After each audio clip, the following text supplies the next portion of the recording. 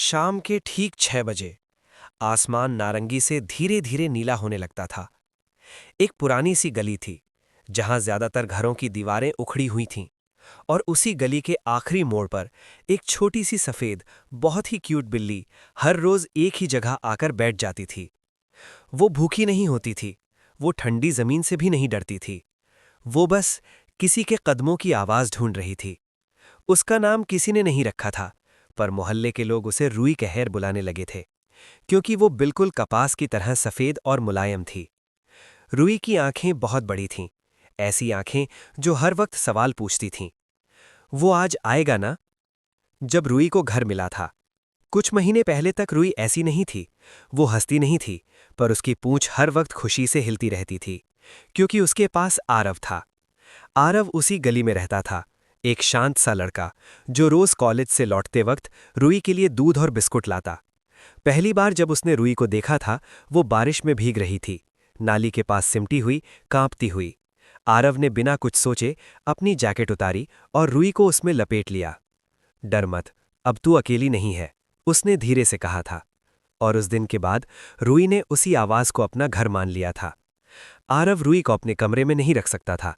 मकान मालिक को बिल्ली पसंद नहीं थी, तो उन्होंने एक समझौता किया। हर शाम आरव अपनी खिड़की खोलता और रूई नीचे आकर बैठ जाती। वो ऊपर से बात करता, रूई नीचे से म्याऊं करती, और दोनों का दिन पूरा हो जाता। आरव पढ़ाई करता और रूई नीचे उसकी आवाज सुनते सुनते आंखें बंद कर लेती। कभी कभी आरव कहता, एक दिन तुझे अपने साथ ले जाऊंगा, बस थोड़ा सब्र कर। रूई को शायद इन शब्दों का मतलब नहीं पता था, पर आवाज से प्यार करना उसे आता था। एक दिन आरव घर नहीं आया। शाम के 6 बजे खिड़की बंद रही। रूई आई, नीचे बैठी, ऊपर देखा। आज कोई आवाज नहीं आई। रात हो गई, बारिश शुरू हो गई, पर रूई वहीं बैठी रही।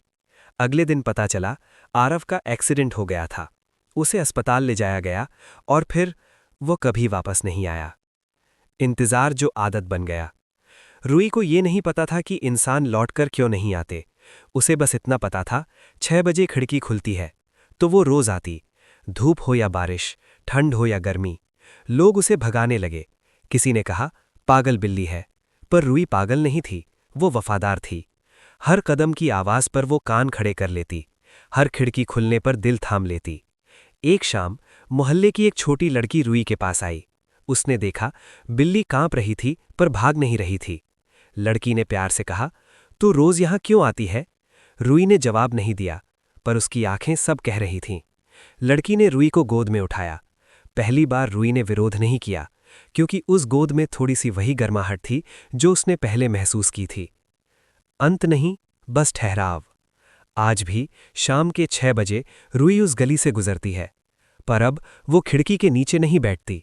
वो बस रुकती है, एक पल के लिए ऊपर देखती है और फिर आगे बढ़ जाती है, क्योंकि कुछ इंतजार पूरे नहीं होते, पर हमें जीना सिखा जाते हैं। अगर ये कहानी आपके दिल को छू गई हो तो लाइक और सब्सक्राइब जरूर करना, क्योंकि हर वफादारी की कहानी सुनी जानी चाहिए।